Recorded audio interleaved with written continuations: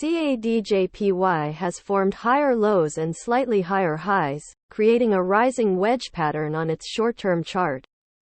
Price is approaching the peak of the formation and might be due for a breakout soon. Technical indicators are hinting that support is more likely to break than to hold.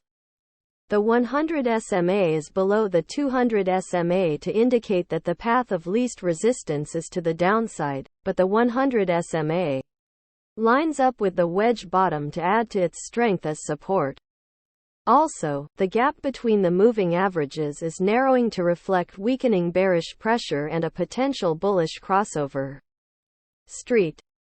A break below the wedge support could set off a drop that's the same height as the wedge pattern, which is around 400 pips.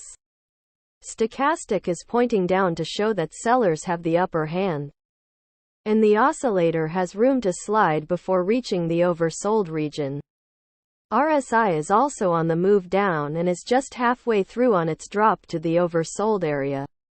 This means that price could fall soon until sellers are exhausted. There are no major reports due from Canada or Japan for the rest of the trading week, so any big moves could be spurred by swings in market sentiment. Risk avenue. Ursion appears to be in play these days, as investors are wary of the impact of the Delta variant on economic activity. More economies are reinstating lockdown measures and some are extending these restrictions in an effort to curb the spread of the virus. This would likely keep business and consumer activity in check for weeks or even months, likely weakening demand for commodities. In turn, this could be bearish for the oil-related Canadian dollar.